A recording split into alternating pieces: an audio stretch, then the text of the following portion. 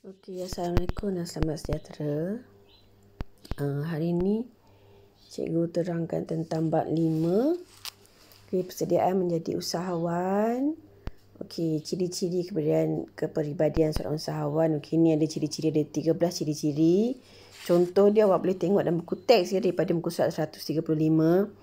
Okey, apa maksud berani ambil risiko? Maknanya dia tak kisah, dia yakin apa yang dia buat tu dia akan buat. Okey, untuk dapatkan kejayaan. Kemudian kreatif dan inovatif pula. Okey, kreatif maksud dia dia bina sesuatu yang baru. Kemudian inovatif tu pula macam benda yang ada dia ubah suai, dia reka cipta. Okey, itu kreatif dan inovatif. Tabah pula maknanya dia tak putus asa, dia tak jemu-jemu. Dia gagal, dia cuba lagi. Dia gagal, cuba lagi. Okey, itu tabah. Yakin dan optimistik pula. Dia sentiasa berfikiran terbuka. Okey, orang nak cakap apa pun dia akan buat juga sebab dia yakin apa yang dia buat tu betul.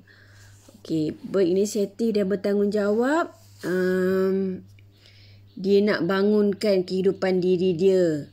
Cari bahan, nak kembangkan perniagaan. Sentiasalah ada semangat tu, inisiatif tu. Okey, komitmen yang tinggi. Komitmen maknanya dia tunjukkan kesungguhan dia. Macam mana nak memajukan dia punya perniagaan. Okey, pandai mengambil peluang pula. Dia tengok persekitaran dia macam mana. Okey, sekarang perniagaan online apa semua, dia pandai rebut peluang. Okey, berfikiran positif untuk berjaya. Nombor 8 pula. Apa-apa masalah dia akan settlekan. Okey, apa-apa pun dia akan positif. Okey, itu nombor 8. Nombor 9, kebolehan menemukan visi dan visi. Maknanya dia ada hala tuju dia. Dia ada panduan dalam perniagaan dia. Dia nak buat apa. Step ni buat apa. Tahun depan buat apa. Okey, kemudian berani untuk gagal ni. Okey, dia dah pernah gagal sekali. Daripada kegagalan itu dia bangkit. Dia cuba lagi. Okey, semangat sepasukan. Maknanya dia ada pasukan dia sendirilah untuk hasilkan produk dia untuk yang lebih berkualiti. Maknanya dia bukan seorang-seorang, dia ada kawan-kawan dia yang lain.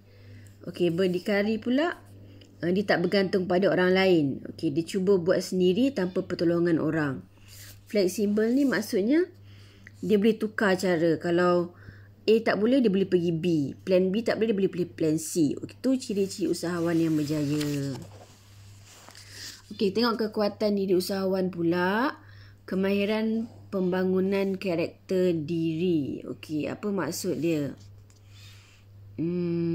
Dia ada pengalaman. Dia boleh pandai naikkan diri dia. Kemahiran komunikasi, kemahiran buat keputusan, bekerja dalam kumpulan, buat perancangan. Okey, kalau fokus tenaga dan tumpuan pula, dia ada tumpuan penuh, dia ada visi dia. Okey, 3 tahun akan datang dia akan jadi apa? 4 tahun akan datang bisnes dia macam mana? Okey, perhubungan yang baik dengan pasangan. Okey, ini bukannya dengan girlfriend dengan boyfriend. Okey, pasangan ni maksudnya okey, bila awak berniaga, awak akan ada partner, awak akan ada organisasi lain yang terlibat. Jadi, awak kena sentiasa pandai berkomunikasi, pandai hubungan baik tu kena jaga dengan semua orang. Keupayaan membina jenama pula. Awak ada buat awak punya jenama sendiri, rangkaian awak sendiri, tak payah bergantung pada benda lain. Usahawan ni dia akan mereka cipta yang baru. Okey. Mungkin dia tak pandang franchise ni, dia nak buat benda dia sendiri, nama dia sendiri. Silas kedai jahit. Macam tu contoh. Kemudian menyelesaikan masalah kecil terlebih dahulu. Dia kena pandai lah tengok. Okey, jangan terus yang besar, dia tengok yang kecil sikit. Okey, mula-mula mungkin masalah pekerja. Motivasi pekerja. Kemudian baru yang besar. Okey, dia pandai menilai yang kecil terlebih dahulu. Okey, kita tengok kelebihan menjadi usahawan ni. Okey, tengok yang hitam ni. Okey, kelebihan menjadi usahawan. Okey, dia ada pada diri sendiri, pada keluarga, pada masyarakat dan pada negara. Okey, kalau diri sendiri, bila awak jadi usahawan, awak akan jadi lebih berdisiplin. Okey, sebab bisnes tu bisnes sendiri. Takkanlah bila dah ada bisnes nak buka pukul 10 pagi, tutup 5 petang. Untungnya kat mana? Okey, kemudian pada keluarga pula. Okey, awak boleh buka perniagaan baru. Kemudian bisnes tu awak boleh turun pada family yang lain. Pada masyarakat pula, keperluan masyarakat. Okey, tengok masyarakat tu nak apa. Awak boleh cuba ikhtiarkan barang yang berguna. Reka bentuk benda baru, barang berguna untuk masyarakat awak. Kemudian negara. Bila negara ni, kita perbanyakkan produk tempatan, kita kurangkan produk import daripada luar negara. Okey, faktor-faktor yang menyumbang kepada perniagaan pula, kita ada modal. Okey, modal tu kita tahu daripada tunai. Yang ni bab apa itu? Bab 2 kan? Bab 3. Kemudian kemahiran. Okey, kemahiran awak tu kena ada lengkap kemahiran. Pengetahuan kena ada. Lokasi yang sesuai. Bila buka kedai, pastikan senang orang nak cari kedai. Jangan buat kedai kat tengah hutan. Nak kena rentas sungai bagai. Itu susah. Seboleh-bolehnya dekat dengan pelanggan. Dekat dengan supplier awak. Kemudian pemasaran. Bila pemasaran je awak kena ingat 4P. Satu, awak kena tahu sasaran awak apa. Awak buka kedai dobi, awak nak sasarkan kepada budak sekolah ke? Kemudian, campuran pemasaran mesti ada 4P tu. Place, price, produk dengan promosi. Okey, macam mana awak, apa barang awak nak keluarkan? Kemudian, produk, price, berapa harga dia? Promosi, macam mana awak nak perkenalkan barang awak kepada pelanggan. Kemudian place tu macam mana awak nak agihkan biar barang tu sampai kepada pelanggan awak. Mana tadi? Bantuan profesional. Okey, ada banyak bantuan profesional boleh dapatkan daripada bantuan kerajaan ataupun bukan kerajaan.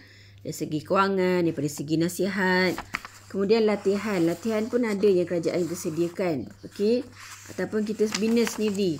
Pergi join kelas itu, join kelas ini untuk dapatkan latihan. Biar awak berniaga dengan lebih mantap. Pengetahuan tu penuh. Kemudian stok. Okey, pastikan stok tu kita jangan ada stok yang lapuk. Stok ada dua. Satu bergerak pantas, bergerak perlahan. Stok bergerak pantas ni bukannya stok tu sendiri bergerak jalan-jalan.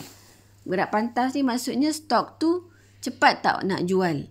Okey, kalau stok yang bergerak perlahan ni dia lambat nak dijual, nak terjual. Contoh Maggi dengan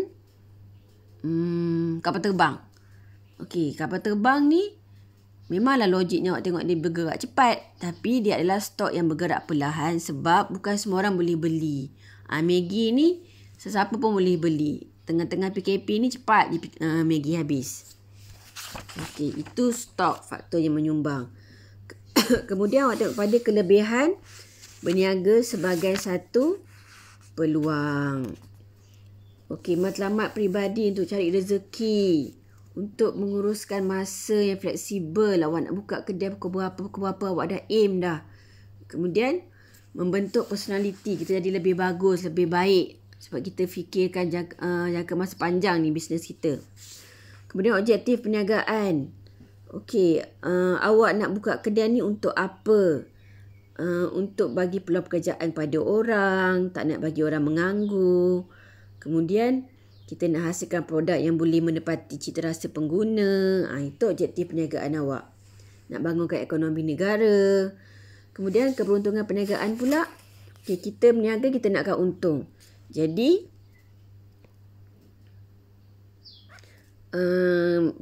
untung tu maknanya benefit kepada kita.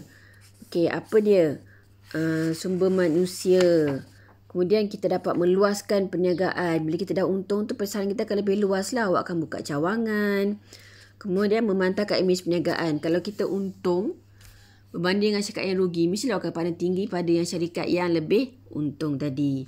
Melaksanakan tanggungjawab sosial. Bila awak dah ada banyak untung, awak bolehlah derma kepada anak yatim ataupun buatkan satu wakaf ke dekat sekolah ke kat mana-mana, gunakan duit keuntungan tadi. Kemudian penggunaan peralatan dan teknologi terkini, maksudnya awak bolehlah menggunakan teknologi yang lebih canggih sebab awak punya untung dah banyak. Okey, ini habis keterangan bab 5. Saya ada bagi video. Dalam tu ada soalan, saya nak awak salin soalan dan jawapan dalam buku latihan. Okey, Assalamualaikum.